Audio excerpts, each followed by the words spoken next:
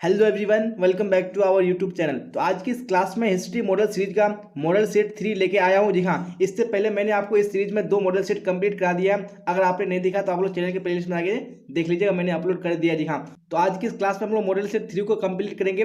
जैसा कि मैंने आपको बताया था कि मैं आपको इस मॉडल सीरीज में जितने भी क्वेश्चन कंप्लीट कराऊंगा, ये सारे क्वेश्चन आपको बोर्ड एग्जाम में बिल्कुल देखने को मिलेगा। जी हाँ, तो आपको क्लास को शुरू से लेकर आखिर तक देखना है, और क्लास अच्छी लगे तो आपको लाइक कर देना, अपने दोस्तों में आपको शेयर कर देना। जी हाँ, और जितने भी स्टूडेंट इस चैनल पर नए आ रहे हैं, चैनल को सब्सक्राइब करके बेल आइकन को प्रेस कर लेना है, ताकि जितने भी इंपॉर्टेंट क्लास हो सबका नोटिफिकेशन आपको टाइम पे मिल सके और आप टाइम पे क्लास को अटेंड कर सके। जी हाँ, तो हम यहाँ पे क्वेश्चन की ओर चलते हैं, और आप लोगों को आंसर पता होगा तो आप लोग साथ साथ में जरूर अपना आंसर कमेंट बॉक्स में बताइएगा कौन सा ऑप्शन करेक्ट हुआ।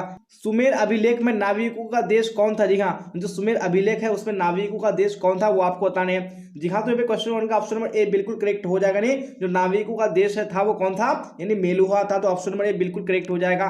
चलिए अब देख लेंगे हम लोग नेक्स्ट क्वेश्चन, क्वेश्चन नंबर 2। जी हाँ, तो क्वेश्चन नंबर 2 भी स्क्रीन पे आ चुका, क्या बोला जा रहा है? तौलने की इकाई में सिंधुवासी किस अंका का प्रयोग करते थे? जी हाँ, यानी जब वो लोग नाप तोल करते थे तो अपनी इकाई में वो लोग कौन सी अंका का प्रयोग करते थे वो आपको बताने हैं। यहाँ पे 2 का ऑप्शन नंबर डी बिल्कुल करेक्ट हो जाएगा। जी हाँ, 16 अंका का प्रयोग करते थे। जी हाँ, और जैसा कि देख पा रहे हैं जितने भी क्वेश्चन मैं आपको इस मॉडल पेपर में कंप्लीट कराऊंगा और इस सीरीज में जितना भी कंप्लीट कराऊंगा, ये सारा क्वेश्चन आपको बोर्ड एग्जाम में हर हाल में देखने को मिलेगा। जी हाँ, इससे बाहर बिल्कुल भी आपको क्वेश्चन इसका एग्जाम में नहीं पूछा जाएगा, तो आप लोगों को पैसेज के साथ में क्लास को देखना है। चलिए आप क्वेश्चन नंबर 3 का आप लोग आंसर बताइए कौन सा ऑप्शन करेक्ट होगा।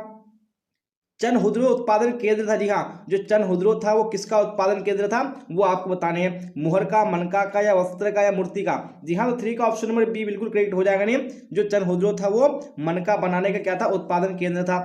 चलिए अब देख लेंगे हम लोग नेक्स्ट क्वेश्चन, क्वेश्चन नंबर 4। जी हाँ, तो क्वेश्चन नंबर 4 भी स्क्रीन पे आ चुका, क्या बोला जा रहा है?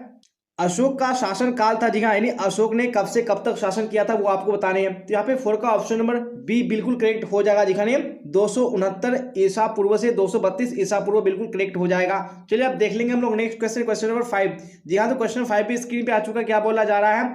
अशोक का अभिलेख सर्वप्रथम पढ़ा गया। जी हाँ, तो अशोक का जो अभिलेख है सबसे पहले वो कब पढ़ा गया था, कब उसका स्टडी किया गया था? तो 5 का ऑप्शन नंबर सी बिल्कुल करेक्ट हो जाएगा। जी हाँ, 1837 ईस्वी में। चलिए अब देख लेंगे नेक्स्ट क्वेश्चन, क्वेश्चन नंबर 6। जी हाँ, तो क्वेश्चन नंबर 6 भी स्क्रीन पे आ चुका है, क्या बोला जा रहा है?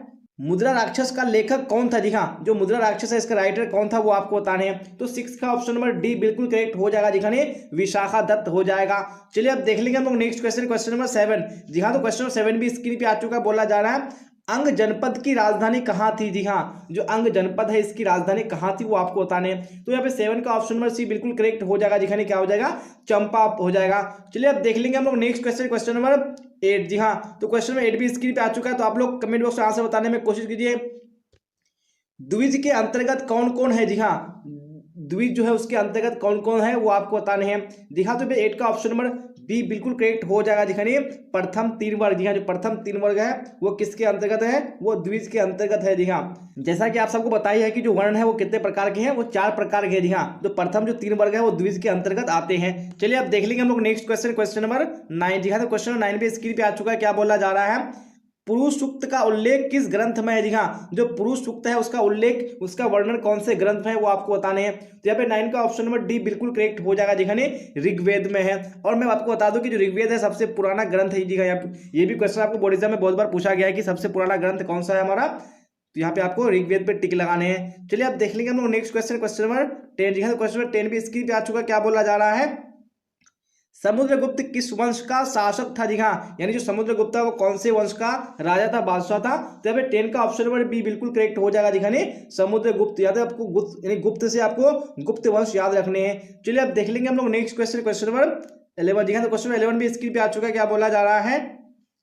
शास्त्रों के अनुसार राज्य करने का अधिकार था। जी हाँ, जो शास्त्रों के अनुसार जो राज्य करने का अधिकार था, यानी राजा बनने का जो अधिकार था वो किसको था? तो यहाँ पे 11 का ऑप्शन नंबर ए बिल्कुल करेक्ट हो जाएगा। जी हाँ, क्षत्रियो को था। जी हाँ, जैसा कि मैंने आपको बताया था कि जो वर्ण थे वो 4 प्रकार के थे। तो सबसे पहले आते थे हमारे कौन?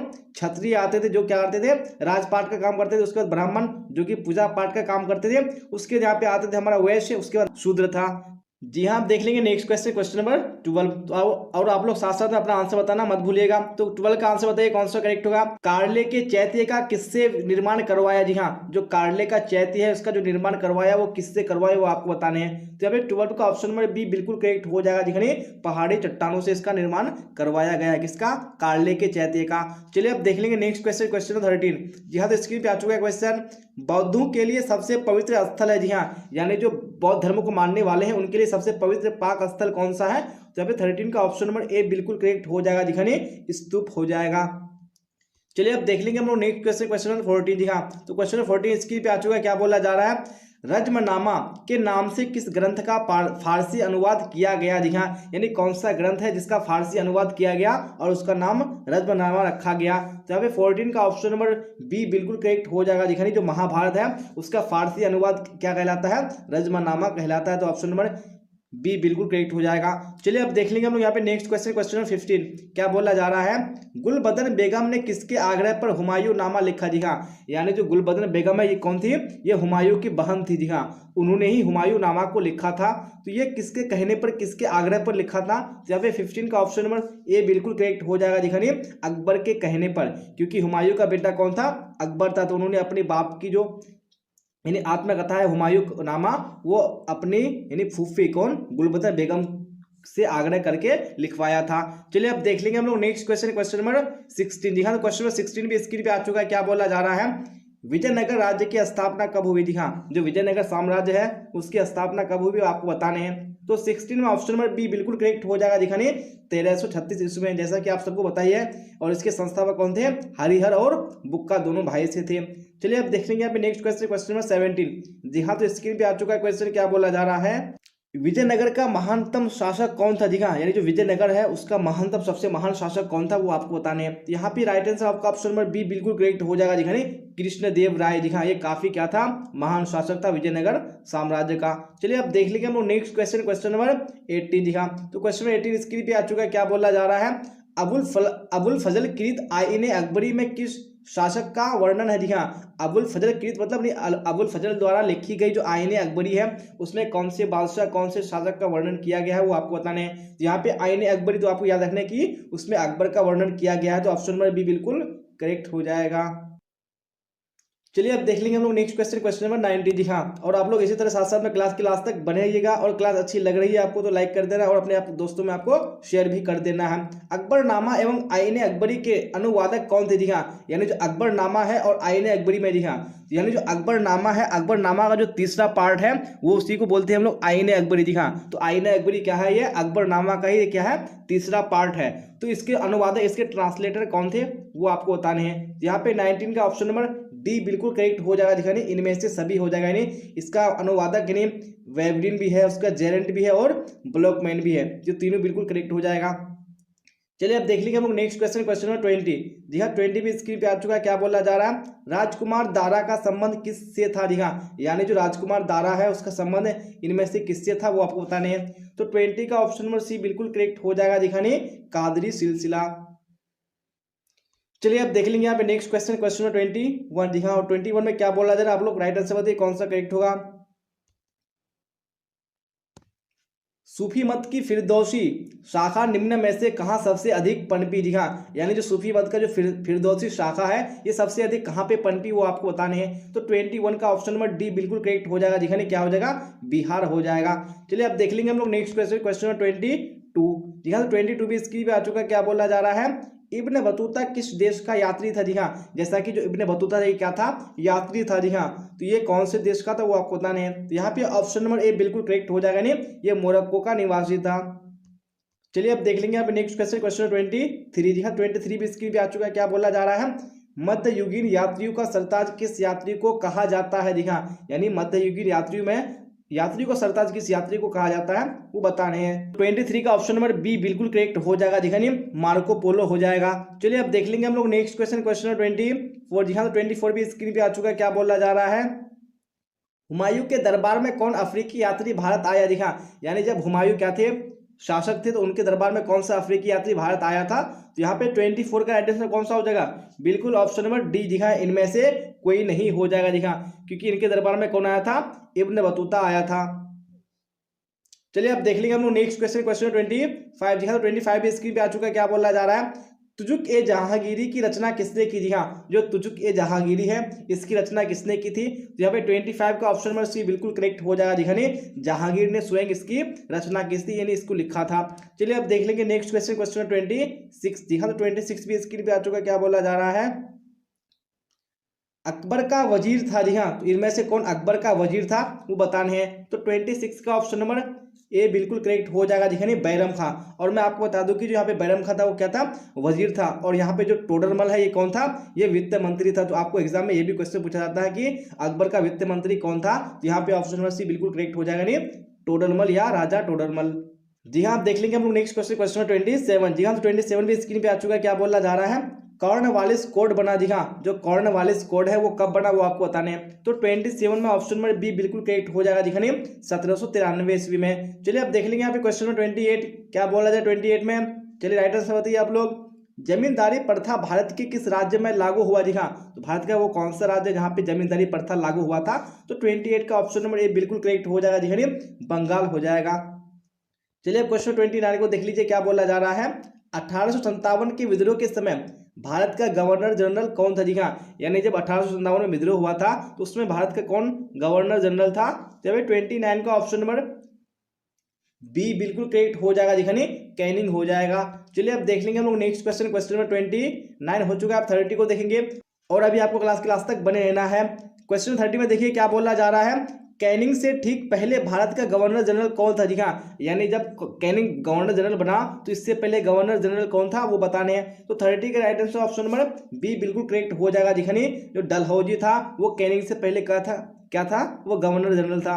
चलिए अब देख लेंगे हम लोग नेक्स्ट क्वेश्चन, क्वेश्चन 31। जी हाँ, 31 भी स्क्रीन पे आ चुका है। क्या बोला जा रहा है, प्लासी की लड़ाई किसके किसके बीच में हुई थी। जी हाँ, तो आप सबको बताइए कि जो प्लासी की लड़ाई हुई थी वो 1757 ईस्वी में हुई थी। जी हाँ, तो ये किसके किसके बीच में हुई थी वो आपको बताने हैं। तो 31 का ऑप्शन नंबर ए बिल्कुल करेक्ट हो जाएगा। जी हाँ, क्लाइव और सिराजुद्दौला के बीच में हुई थी। तो ऑप्शन नंबर ए बिल्कुल करेक्ट हो जाएगा।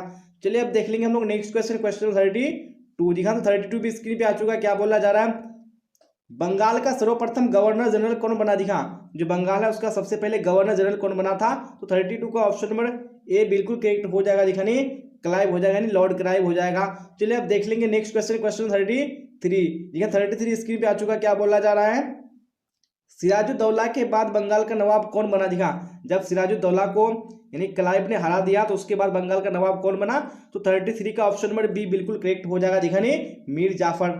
चलिए अब देख लेंगे हम लोग नेक्स्ट क्वेश्चन, क्वेश्चन 34। जी हाँ, तो 33 हम लोगों ने कवर कर लिया। अब 34 को देख लेते हैं। क्या बोला जा रहा है, गेटवे ऑफ इंडिया का निर्माण कब हुआ था। जी हाँ, जो गेटवे ऑफ इंडिया है जो कि मुंबई में है, तो इसका निर्माण कब हुआ था। तो यहाँ पे 34 का ऑप्शन नंबर ए बिल्कुल करेक्ट हो जाएगा। जी हाँ, 1911 ईस्वी में। और अगर आपको इंडिया गेट देगा जो कि दिल्ली में है तो उसका जो निर्माण हुआ था वो 1931 ईस्वी में हुआ था। तो ये भी आपको पॉइंट याद रखने हैं। चलिए अब देख लेंगे हम लोग नेक्स्ट क्वेश्चन, क्वेश्चन 35। क्या बोला जाए 35 में, गांधी जी ने अहमदाबाद से दांडी की यात्रा किस लिए किया था। जी हाँ, उन्होंने यात्रा किया था अहमदाबाद से दांडी तक। तो ये किस लिए किया था। यहाँ पे 35 का ऑप्शन नंबर बी बिल्कुल करेक्ट हो जाएगा। जी हाँ, नमक कानून को तोड़ने के लिए।